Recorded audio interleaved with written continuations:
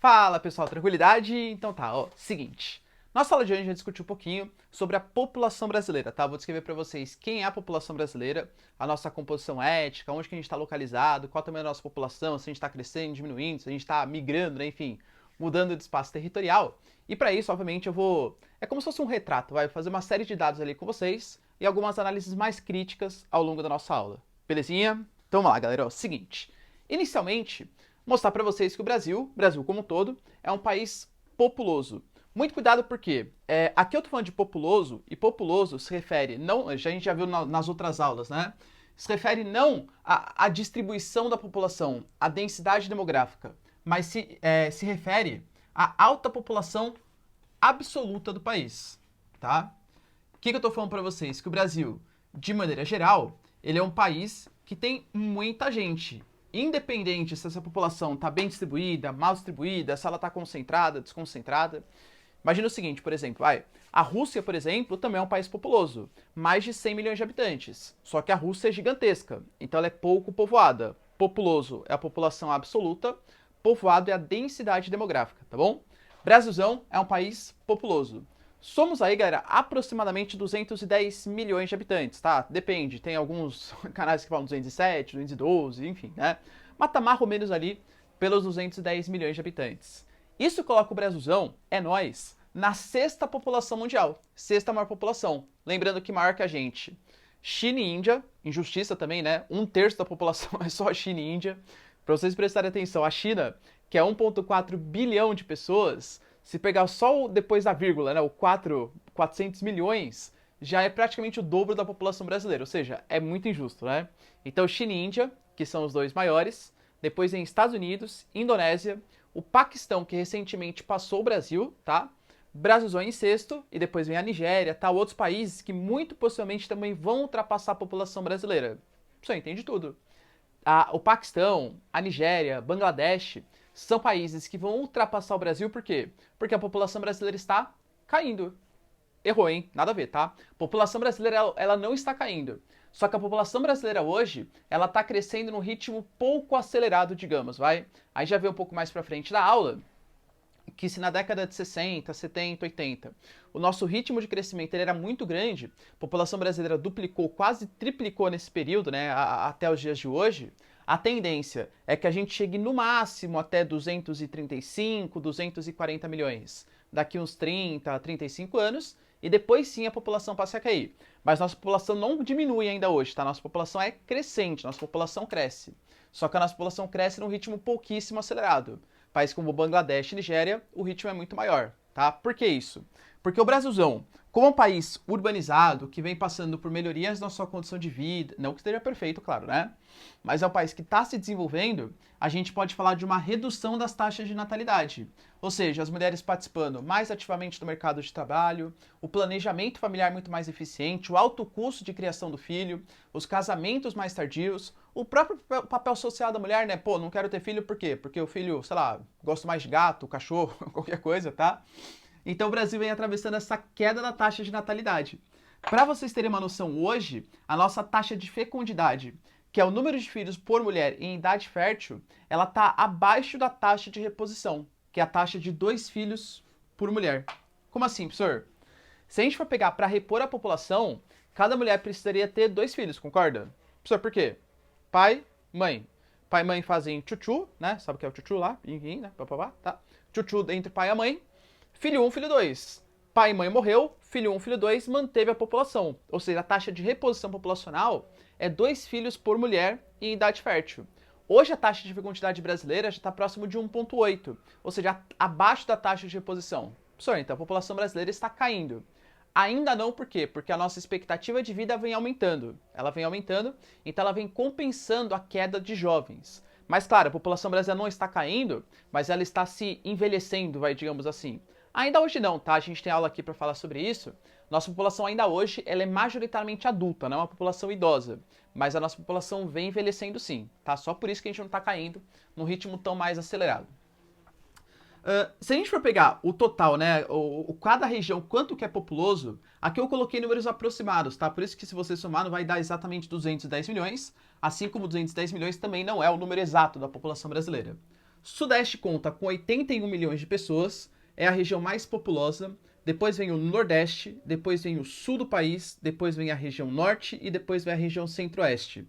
Eu vou apresentar na próxima lousa a classificação de acordo com o povoamento, a densidade demográfica. Vocês vão ver que é nada a ver, tá? Nada a ver, é diferente.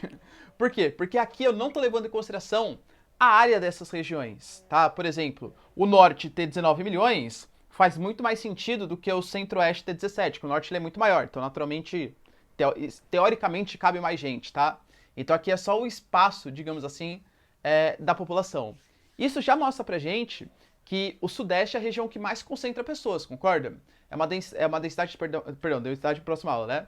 Mas próxima lousa. Mas é um total populacional que ele é muito maior do Sudeste do que de outros espaços. Se eu colocar para vocês a tabelinha com o número de estados, né, com a população de cada estado, vocês vão ver que São Paulo, por exemplo, tem uma população muito superior aos demais estados e por aí vai. Ou seja, a própria distribuição da população pelos estados e pelas regiões já é bastante desigual para o Brasil, colocando o Sudeste com certeza na primeira posição. Beleza, pessoal? Vamos dar uma analisada agora na densidade demográfica e saber se a população está mudando, ficando mais, enfim, né, em quais espaços está ocupando? Só antes disso, galera, tira aquele famosíssimo print da tela aí. Pegando agora os dados populacionais de povoamento, ou seja, aí sim a densidade demográfica, né? Ou seja, aqui eu estou mostrando para vocês que o Brasilzão é um país pouquíssimo povoado. Ele é muito populoso, muita gente, mas pouco concentrado, tem uma baixa densidade demográfica. Para vocês terem uma noção, aproximadamente a nossa densidade demográfica é de 24 habitantes por quilômetro quadrado. Lembrando, pessoal, que quilômetro quadrado significa 1 quilômetro por 1 quilômetro, isso é 1 quilômetro quadrado. É uma densidade demográfica bastante baixa. Geralmente a gente associa que país populoso ele tem acima de 100 milhões de habitantes e um país povoado tem acima de 100 habitantes por quilômetro quadrado, tá? Às vezes acima de 80, 90, não existe uma definição precisa muito para isso não, beleza? Por quê? Por que isso acontece? Porque o Brasil, apesar de ser um país populoso, nós somos também a quinta maior, ou aliás, o quinto maior área territorial do mundo. Só perdemos para Rússia, maior país do mundo, Canadá, China, Estados Unidos. Estados Unidos, se você contar o Alasca, é maior que a gente. Se for só a parte continental, é menor. Mas com o Alasca e o Alasca deles, né, beleza? São o quarto. E depois, Brasilzão é nós. Ou seja, somos um país muito grande para proporcionalmente uma população não tão grande assim, tá bom? Aqui eu coloquei para vocês a distribuição, né, das regiões. O Sudeste é a região mais povoada do Brasilzão. Sul, depois, percebe que troca, né? Em relação a populoso, o Nordeste é mais populoso, mas o Sul, como ele é menorzinho, ele é mais concentrado. Então a densidade demográfica no Sul é maior. Depois nós temos o Nordeste. Aqui também troca, né? O Centro-Oeste, ele é menos populoso, mas ele é mais povoado. E o Norte, ele é menos povoado, mas ele é mais populoso. Obviamente, o Norte é uma coisa gigantesca, né? Um território gigantesco. Enquanto o Centro-Oeste é grande também, mas não tão grande quanto a região Norte. O que a gente percebe da densidade demográfica brasileira? Que é uma densidade demográfica também bastante concentrada, tá? O Darcy Ribeiro, que talvez seja o principal demógrafo da história do Brasil, um dos principais cientistas, pesquisador, né, de população, educação, tá? O cara super importante aí para a história do Brasil, ele diz, galera, que de maneira geral, o Brasil, ele é um povo que está de costas para o seu país. Por quê?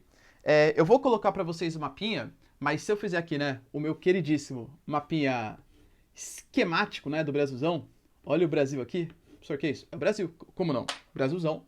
A população brasileira, ela está muito concentrada na faixa litorânea do nosso país. Estima-se, galera, aproximadamente que até 150 quilômetros da nossa costa está mais ou menos 70 a 75% da população brasileira. Ou seja, o Brasil é um país que está penso, né? Como se as pessoas estivessem concentradas na bordinha aqui do Brasilzão. Se o Brasil tivesse equilibrado numa agulha, já teria caído, porque tá todo mundo concentrado na borda direita aqui do nosso território, tá bom? Então é um povo que está de costas para o seu território. A população, ela está muito concentrada no litoral, enquanto a gente apresenta também alguns espaços que são considerados praticamente vazios demográficos. Por exemplo, a floresta amazônica, o sertão nordestino, algumas áreas, não todo o sertão, né, mas algumas áreas do sertão, algumas áreas do cerrado do centro-oeste, por exemplo. Professor, não precisa nem falar mais nada, eu já entendi tudo. Nós temos vazios demográficos por quê? Porque a condição natural ela não ajuda, né? Então você tem ali floresta, praticamente, não é um deserto, né? Mas uma região semiárida, o cerrado mais fechado ali, difícil ocupação também, né? O solo não ajuda. Então, obviamente, as pessoas vão ocupar regiões onde o clima, a vegetação, o relevo, ele favoreça, não é isso? Não. Não. Muito cuidado, pessoal, muito cuidado, tá? Cuidado mesmo. Essa justificativa que você está me dando, a gente chama de determinismo geográfico. O que seria um determinismo geográfico? É você justificar um fator social, como a ocupação, etc., por um fator natural. Então, então o sertão é pobre, sabe por quê? Porque é seco. Na Amazônia não mora ninguém, sabe por quê? Porque tem floresta, chove muito lá, né? Então, se for assim, galera, pensa, né? Eu sempre costumo falar. Se for assim, Israel também não deveria ter ninguém. Israel é um deserto. E Israel é um dos países mais desenvolvidos do mundo. A gente pega o Japão. O Japão tem abalo sísmico, tem tsunami, tem vulcanismo, tem a Akatsuki, tem o Freeze. Tô brincando. Shinra Tensei, né? Todo esse papo aí acontecendo. Inclusive, né? Homenagem aqui, ó. Ah, vai tirando. Tá bom? Mas o. Godzilla também, né? Tem um monte de coisa ali, sem brincadeira, vai. Então tem aspectos naturais muito ruins, né? Uma região muito montanhosa, vulcanismo, abalo sísmico, e é um dos países mais desenvolvidos do mundo. Então a gente nunca pode justificar um fator social, como a ocupação, por exemplo, a riqueza de um país, por um fator natural. Sim, a gente pode falar que o fator natural ele potencializa. Então, por exemplo, a região norte é uma região de mais recente ocupação, nunca recebeu tantos investimentos assim do governo federal, e isso potencializado pela questão natural, chove muito, floresta, isso pode causar, por exemplo, uma dificuldade para ocupação, beleza? Mas você nunca pode justificar que esse é o fator. Esse é um fator potencializador. As causas naturais são fatores potencializadores. Nunca são os principais responsáveis. Estamos entendidos? Tá bom? Não justifique a pobreza de uma região pelas suas características físicas. Jamais. Tá bom? E beleza, então ó, a gente fala, galera, que hoje o Brasilzão ele tem uma tendência de interiorização da sua ocupação, mesmo que esse processo seja um processo um pouco lento. Ou seja, a população, se a gente for pegar 20, 30 anos atrás, ela era ainda mais concentrada no litoral. Tanto que, por exemplo, hoje as regiões que mais crescem do ponto de vista populacional são as regiões centro-oeste e a região norte do país. São as regiões que estão atraindo mais gente e que está crescendo um pouquinho mais, tá? A gente vai entender por quê. Vou até fazer uma flechinha aqui, ó. Cresce e cresce, tá? Centro-Oeste e Norte são regiões que hoje crescem no nosso país, tá bom? E por que isso vem acontecendo, né? Por que tem essa tendência de interiorização? Eu diria para vocês que tem uma motivação um pouco mais econômica e uma motivação um pouco mais populacional. A questão econômica parte aqui, ó, de dois conceitos super importantes para você usar na sua redação, na sua prova, dissertativa. Falou rugosidade, o examinador vai falar, meu Deus, esse cara é quase o Milton Santos, né? Tá. Por quê? Quando a gente fala de o que essas migrações estão acontecendo, né? Por que essas pessoas estão saindo do litoral e estão indo para o interior? As áreas mais centrais, então você pega São Paulo, Rio de Janeiro, Belo Horizonte não é litoral, né? Mas ali está próximo, mais ou menos ali da faixa litorânea. Essas áreas, elas são áreas que hoje apresentam mais rugosidades. O que seria esse termo rugosidades? A gente vai falar bastante, falando de geografia urbana sobre isso, tá? Esse termo rugosidades, ele se refere a dificuldades.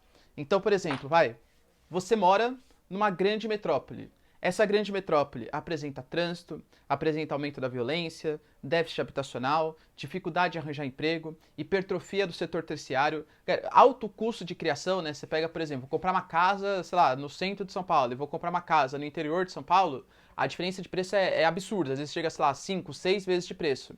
Então, essas dificuldades para você conseguir viver numa área central, a gente chama de rugosidades. E tanto pessoas sentem essas dificuldades, como empresas também sentem essas dificuldades, né? Fazendo com que seja melhor, sei lá, você fazer a sua produção industrial no interior do que, por exemplo, numa grande metrópole, tá?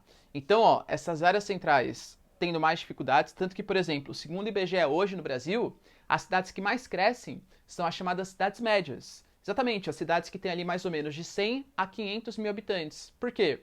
Porque são cidades que têm boa rede de comunicação, transporte, têm eficiência, e o custo de produção ele acaba sendo muito mais baixo. Tem muito menos rugosidades. Então essas cidades elas crescem bastante. Somado a isso, a gente pode falar da atratividade das porções mais interioranas. De novo, né, que nem eu falei para vocês. Pô, não que o Brasil seja perfeito, mas está desenvolvendo infraestrutura de comunicação, transporte. Então essas áreas mais interioranas estão se tornando atrativas também.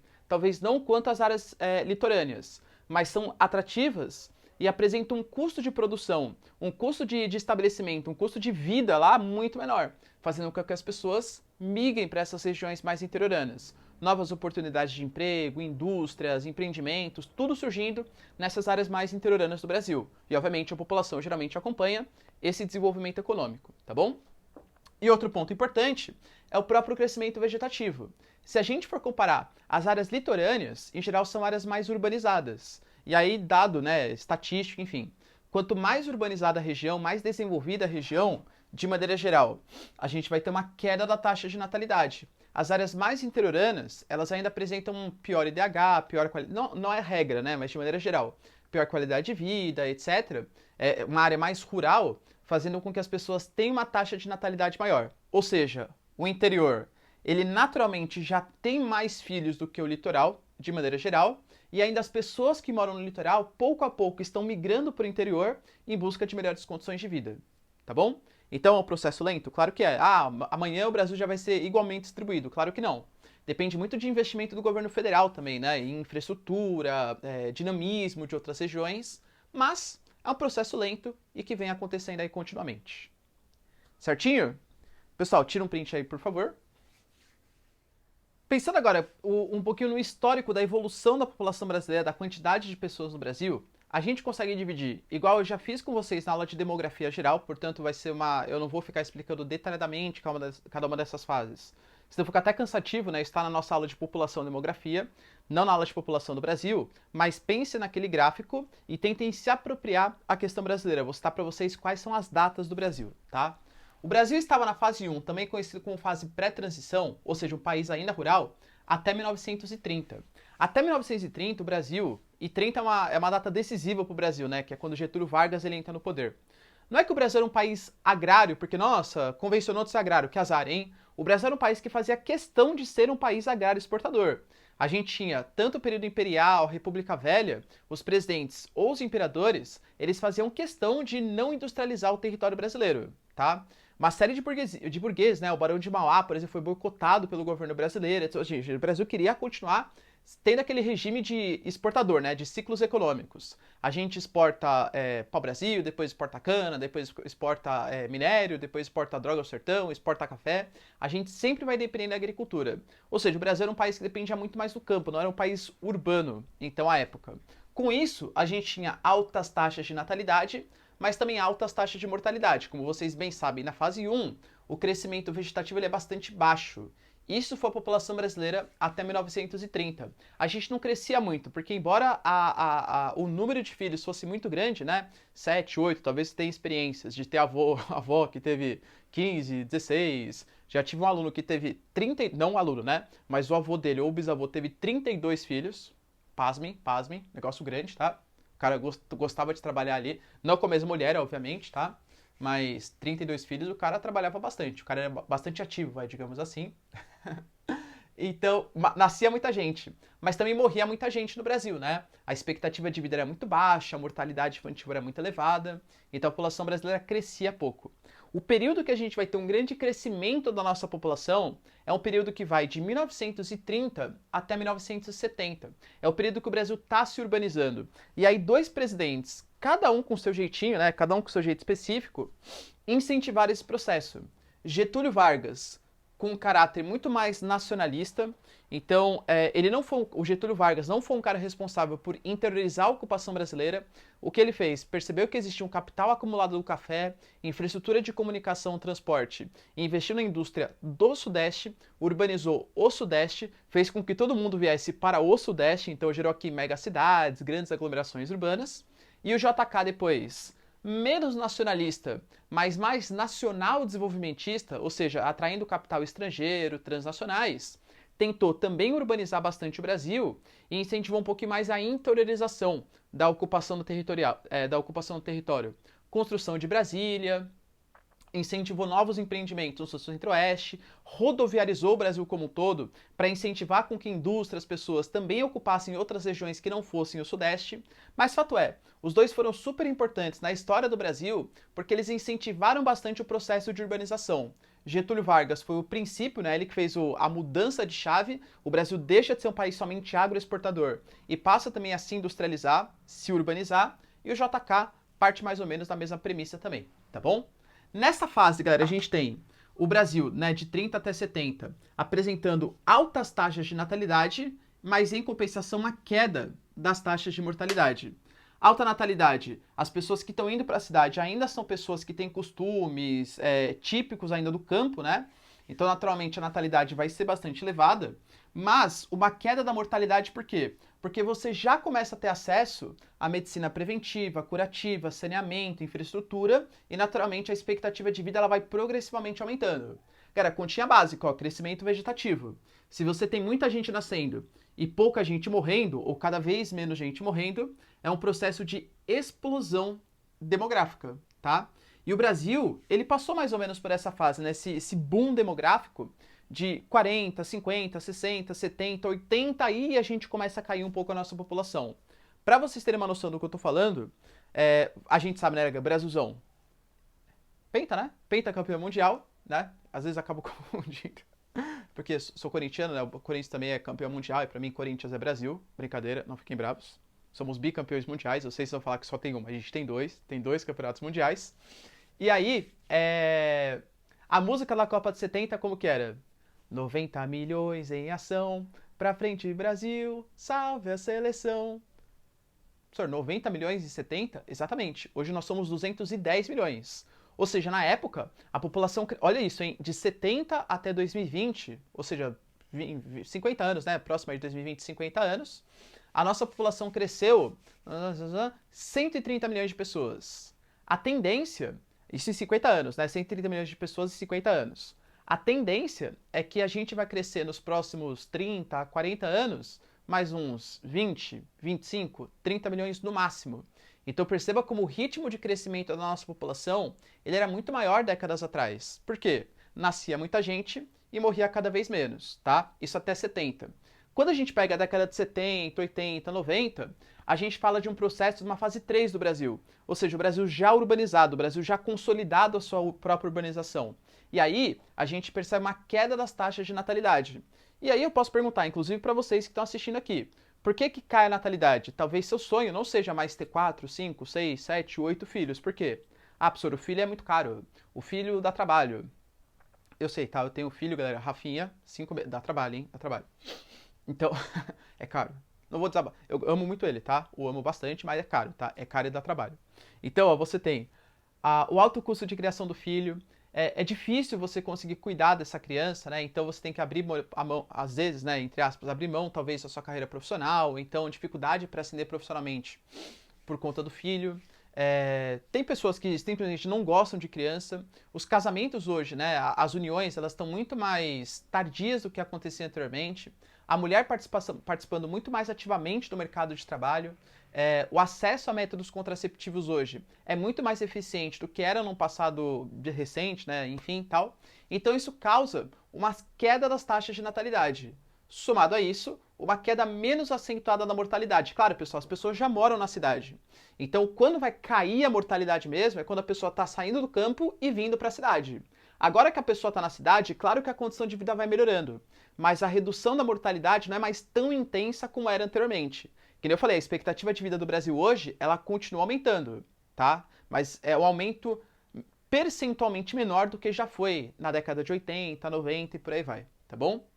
Isso faz com que a população brasileira hoje seja uma população que tem o predomínio de adultos. A maior parte da população brasileira hoje é uma população adulta. Portanto, nós estamos numa fase que a gente chama de bônus ou janela demográfica. Porque pensando de maneira meramente econômica, se você tem jovem, adulto e idoso, a melhor fase economicamente falando é a fase da população adulta. Porque o jovem é o cara que representa gastos, investimentos do Estado com educação, formação, etc.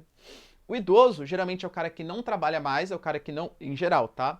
Que não produz mais e representa mais gastos com saúde, previdência, etc.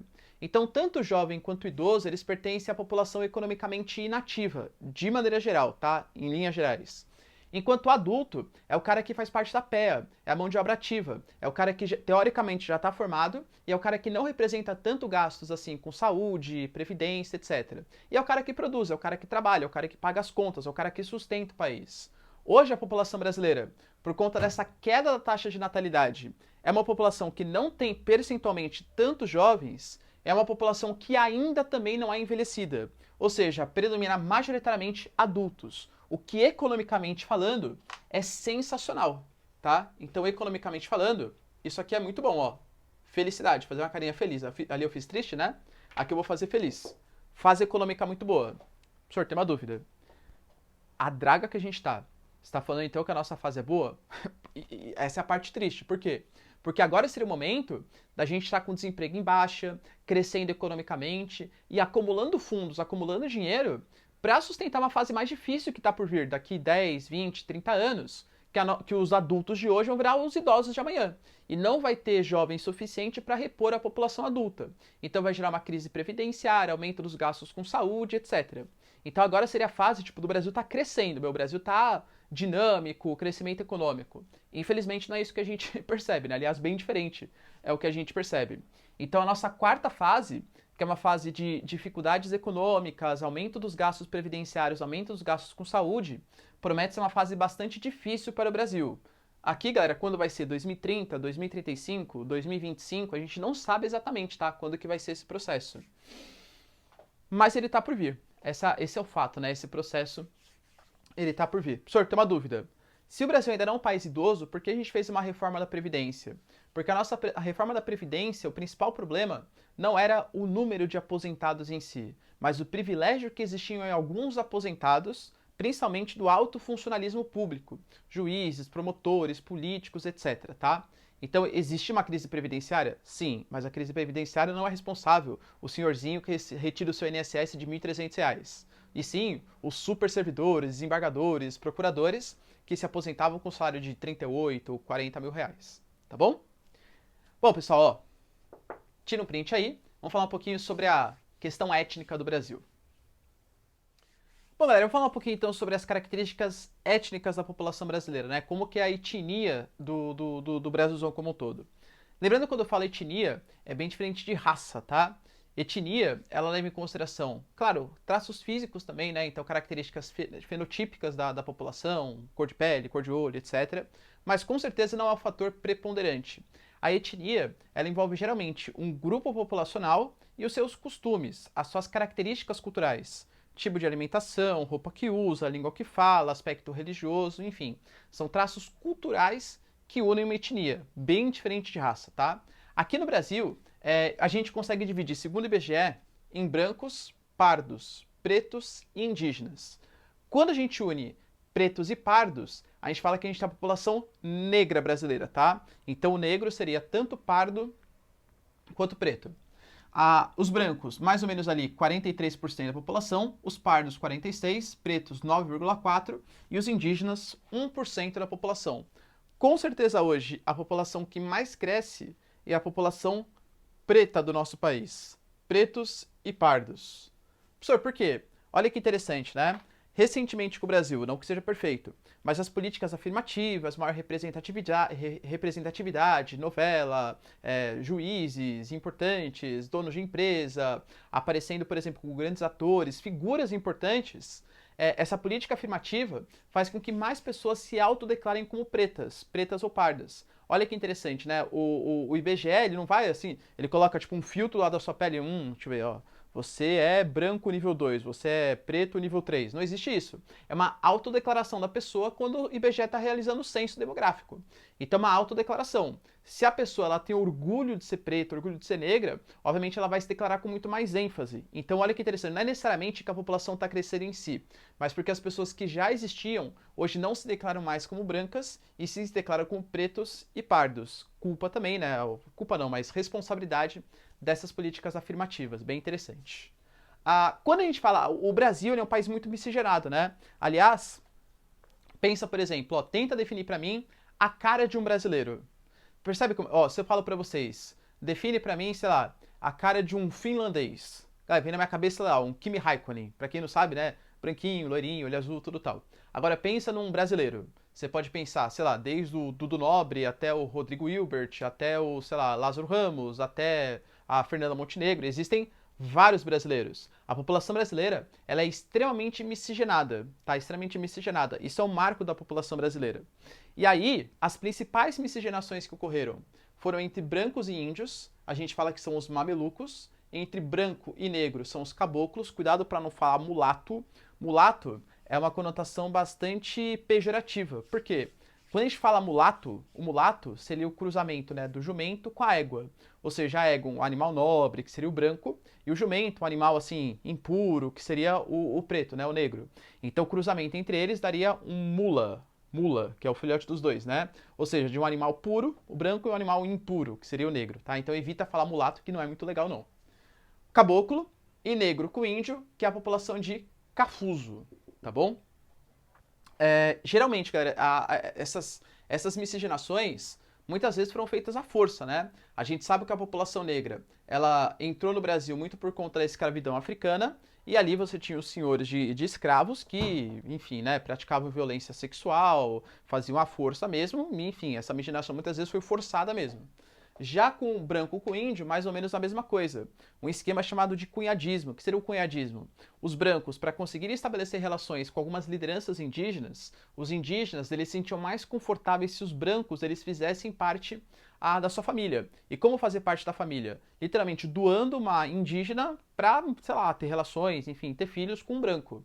Então esse esquema de cunhadismo, essa relação muito forte, né, entre brancos e indígenas, se deu ou por de novo, né, uma violência sexual contra a vontade da moça indígena e tal, ou mesmo na questão da escravidão. Lembrando que a gente costuma romantizar, né, como se os índios não tivessem sido escravizados no Brasil. De fato, eles foram sim, tá? Bastante escravizados. Eles só não foram mais escravizados porque para Portugal fazia sentido manter uma escravidão negra, porque eles lucravam também com o tráfico negreiro. Mas não tem essa visão romantizada que a gente preservou os indígenas lá, né, violência, bandeirantismo, perseguições, mortes contra os indígenas, tá? Aliás, eu já falar um pouquinho sobre isso. Sempre aconteceu. Ok? Mas é uma população bastante miscigenada. Para falar dos dois povos que são os mais oprimidos aí na nossa sociedade, que é a etnia dos povos indígenas e dos negros. Ponto bem importante, galera. Eu conversando com uma liderança indígena, eu geralmente me referia, né? Ah, são os índios. Muito cuidado porque eu falo assim, são os índios, é que nem se a gente for pegar, sei lá, um argentino, um alemão e um português. São os brancos ali. Cara, concorda que, beleza, em geral, característica física, eles são brancos. Mas é uma etnia completamente diferente, línguas diferentes, costumes diferentes. Os povos indígenas é mais ou menos a mesma coisa, não é? É tudo índio, porque existem vários índios diferentes, línguas diferentes, costumes diferentes, alimentações diferentes. Então o termo mais correto para a gente falar são os povos indígenas, não os índios em si, tá? Os povos indígenas do Brasil, hoje não, né? Ao longo da história praticamente, eles vêm atravessando tanto um genocídio como um etnocídio. O que seria esse genocídio? É literalmente matar a população indígena. Para vocês terem uma noção, estima-se, né? De novo, os dados não são muito precisos, porque não tinha um IBGE época para fazer o censo demográfico, né? Nem hoje consegue fazer um censo demográfico tão eficiente nas áreas mais interioranas, imagina em 1500, né? Então estima-se que a população, os povos indígenas do Brasil somados, davam aí de 4 a 3 milhões. Podia ter colocado 3,5, 4, enfim, tá? Tem bibliografia que fala até 5 milhões, não sabe exatamente. Mas hoje essa população está reduzida a 800 mil habitantes. Ou seja, reduziu em 1/4, 1/5 da população, resta 20%. Ou seja, a população brasileira cresce num ritmo acelerado e a população indígena cai no ritmo acelerado. 20% do que existia em 1500, em que as condições de vida eram muito piores, tá? Perseguições, guerras, conflitos por terra, matança mesmo, tomar o território com base na força, isso sempre fez parte da população indígena. A população indígena foi escravizada, foi perseguida, foi morta, teve que lidar com doenças que os europeus trouxeram para cá, que não estavam acostumados, né, os indígenas, a lidar aqui dentro do território brasileiro. Então, a própria, como se fosse uma espécie de arma biológica que os indígenas também receberam durante o período colonial, ou seja, um período de grande retração da população indígena. Extrema violência contra essa população, que foi usufruída de ter acesso às suas terras, aos seus bens, à sua produção, aos seus rios. Tudo isso foi apropriado pelos europeus quando vieram aqui para o Brasil. tá? Esse é o fato. E o etnocídio, porque também está matando, eu diria assim, a sua etnia, a sua cultura. A língua indígena está sumindo, os costumes indígenas eles estão sumindo, os costumes do povo indígena, a cultura indígena, hoje não é mais parte da realidade de grande parte da população brasileira. E aí, galera, é aí que me causa um pouco de desabafo do Ricardo aqui, né? A gente lá, o dia do índio na escola, dia 19 de abril. Aí o que a gente faz, né? Hoje em dia cada vez menos, ainda bem. Tem lá a escolinha, fala assim, olha, o seu filho vai ter que vir pintado de índio. Aí coloca ali a peninha, coloca o negocinho, faz uma alquinha, faz o índio, faz a criança, tal. Cara, o dia do índio, desculpa, mas não é pra você transformar o índio numa fantasia, numa caricatura do que você acha que ele é, do costume que você acha que ele tem. O dia do índio é assim como o dia das mulheres, é o dia, enfim, das minorias sociais estou falando, é um dia de problematização. Por que é necessário ter um dia do índio? Porque o índio hoje sofre, porque o índio hoje não tem um respeito à sua cultura, não tem um direito à sua terra. Porque o índio hoje está passando por um genocídio, como sempre passou ao longo da sua história. Em geral, as escolas, elas evitam tocar nesse tema, que, claro, é muito sensível para grande parte dos pais, né? Enfim, a gente sabe como funciona a sociedade brasileira. E prefere fazer uma caricatura, uma fantasia e tratar o índio como se fosse uma espécie de fauna, né? Olha só, aquele povo meio estranho ali, né? Que dança, faz o dia da chuva tal. Cara, de novo, índio hoje quer ter celular, grande parte, né? Quer ter celular, enfim, quer ter uma boa qualidade de vida, tá bom? Então, criar esse estigma, essa paráfrase quase, né, do que seria um índio, de acordo com os livros do romantismo, etc., não deveria fazer parte do que deveria ser um dia do índio, pelo menos, tá bom? Enfim, momento de desabafo aqui do Ricardo. Voltando, e a violação dos direitos, né? Conflitos, galera, por terras. A FUNAI, por exemplo, sendo cada vez menos respeitada, tá? A FUNAI, para quem não sabe, ela é responsável pela demarcação de territórios indígenas. Conflitos por terras com garimpeiros, com seringueiros, com agricultores, que acham interessante pegar aquela terra indígena. E aqui ponto bem importante, tá? Os índios, eles têm uma relação muito específica com o seu local de moradia, com a sua terra. Um índio, até pela própria religiosidade, acredita nos seus ancestrais, na relação que teve com aquele solo, com aquela água, com aquela árvore. Então, eu tinha essa quando eu era criança, né? Ah, professor, mas terra indígena? Meu, se tem ouro ali, tira o índio dali e coloca em outro lugar. É mato, né? Tudo mato. Cara, não é assim. O índio tem uma relação bem específica, bem forte com o local onde a sua família viveu, enfim, com a sua ancestralidade. Então não é tirar o índio de uma terra e colocar em outra, tá? Tem aspectos bem importantes. Conflitos no acesso a essa terra por garimpeiros, seringueiros, e a própria FUNAI, que é um organismo federal que seria responsável pela demarcação de terras indígenas, sociólogos, historiadores, cada vez recebendo menos investimentos. A demarcação de terras indígenas hoje está sendo pleiteada para não ser demarcado somente pela FUNAI, mas também ter participação do Ministério do Ambiente, do Ministério da Agricultura. Galera, pasmem, teve governantes aqui que queriam colocar a FUNAI dentro do Ministério da Agricultura. Não estou condenando a agricultura é super importante para a economia brasileira, é claro que é. Mas é que nem você falar, olha, quem vai ser responsável por tomar conta das ovelhas é o lobo, tá bom? Cara, são conflitantes, interesses conflitantes, claro. Como que o Ministério da Agricultura, que pensa no campo, no desenvolvimento econômico do Brasil, com agroexportação, soja, etc., vai demarcar a terra indígena, que vai justamente na contramão dos interesses? Então, o enfraquecimento da FUNAI, os conflitos que ainda acontecem, fazem com que a população indígena hoje, infelizmente, também não tenha o respeito a todas as suas características próprias, tá bom? E a outra população também, né, do Brasil, bastante oprimida, que é a população negra. A população negra, galera, que tem um histórico bastante triste, né, de marginalização socioeconômica. Você pega pelos dados, representação política, a gente tem, por exemplo, a população brasileira hoje, somando os negros, vamos aproximar aqui, 10%, 47%, 57% da população hoje brasileira é negra. Vê a representação no Congresso, dos 513 deputados federais e 81 senadores, quais são negros? Pega presidente negro da história do Brasil, governadores negros dos estados brasileiros, os mais importantes, né, enfim. E aí, por quê? Porque os negros eles são menos capazes, é isso? Figuras importantes, galãs da televisão brasileira que sejam negros, juízes que sejam negros, donos de empresas que sejam negros, ainda é um número bastante restrito, tá? Se você pegar, por exemplo, propagandas da televisão brasileira, eu sempre diria para os alunos fazerem isso. Hoje em dia está mudando um pouquinho mais, com esse papo de inclusão, tal, né? Mesmo que seja uma questão só mercadológica, eu não acho que as empresas realmente pensem no racismo estrutural, etc. É mercadológico, mas pelo menos está sendo feito, nem que seja pelo dinheiro. Se você pegar até os anos 2000, eu pedia, alunos, pega aí uma revista, Caras, etc. Procura uma propaganda que tem um negro. Não acha. Não acha. Não achava, né? Hoje em dia até que acha um pouco mais. Não achava. Por quê? Porque os negros eles são mais feios, é isso? Os negros são menos importantes? Então os negros, até pela questão cultural, eles foram ensinados a odiar a sua cor de pele, a sua cor de cabelo, as suas características físicas, etc. E isso causa um nível de opressão social, obviamente, tá? Então essa marginalização econômica, ela existe mesmo sendo a maior parte da população brasileira, ganhou menos representação, etc.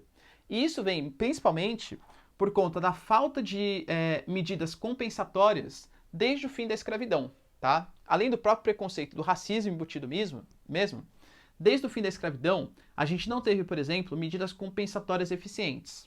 Quando eu falo para vocês que o Brasil se livrou da escravidão, uma série de leis, né, no século XIX, até que vem a Lei Áurea em 1888. Beleza. A gente está finalizando a escravidão negra. Beleza. Cadê a terra dos negros? Cadê o emprego para esses caras? Porque eles eram escravos. Agora eles estão simplesmente soltos, sem ter acesso a uma alfabetização, a uma formação de mão de obra, a uma qualificação. Está simplesmente solto, arranja um emprego, se vira.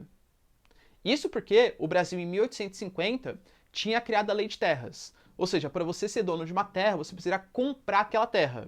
Você acha que o negro, ex-escravo, teria dinheiro para comprar uma terra, para fazer uma agricultura de subsistência, etc.? Não tem, galera, tá? Inclusive, os quilombos, né, que eram espaços aí de fugitivos escravos e tal, a gente tem hoje uma agência que regulariza os territórios quilombolas. Não tem uma FUNAI, por exemplo, dos povos quilombolas. Simplesmente não são representados pelo governo federal para a demarcação das suas próprias terras, tá? Então, a FUNAI já não é aquela beleza, né? Não funciona aquela beleza frente ao governo federal. Os povos negros, né, descendentes dos quilombolas, muito menos. Não que todos sejam descendentes quilombolas, né? Mas as áreas quilombolas hoje também sofrem com uma... Porque várias áreas quilombolas são áreas litorâneas que sofrem com especulação imobiliária. Pessoas que querem ocupar, querem desenvolver, e infelizmente, geralmente o grande capital acaba partindo para cima desses terrenos. Então, por exemplo, não teve doação de terras por parte do governo federal. Questão financeira, pô, vamos financiar esses caras, fazer algum tipo de estudo, algum tipo de treinamento, para essas pessoas conseguirem ser produtivas no Brasil, se inserirem no mercado de trabalho. Pelo contrário, o Brasil do final do século XIX e começo do século XX queria embranquecer a população, queria esquecer esse passado escravocrata e ir para um liberalismo político, liberalismo econômico, copiando até meio que um jeito dos europeus, embranquecendo a população. Trouxemos italianos, alemães para embranquecer a população com vergonha desse nosso passado escravocrata, tá? Mas não de inserir o negro, e sim querer eliminar ele da nossa sociedade. Se a gente teve falta de medidas compensatórias por parte do governo da época, hoje falta também medidas afirmativas. Tá melhorando? Claro que tá. Mas faltam medidas, por exemplo, de acesso ao mercado de trabalho, medidas de acesso, por exemplo, à educação de ensino superior, medidas de acesso à política. Por que os negros são minoria nas faculdades? Por que os negros são minoria nos principais cargos do mercado de trabalho? Por que os negros são minoria na própria participação política? Porque eles são menos capazes, é isso? Ou será que é porque eles têm menos acesso cultural, social e financeiro a essas boas oportunidades? Obviamente eu fico muito mais com a segunda opção. Beleza, pessoal? Faz sentido? Sim? Então tá, ó. Tira um print aí, por favor. Espero que vocês tenham curtido a aula. Beijo, abraço, tchau e até, pessoal.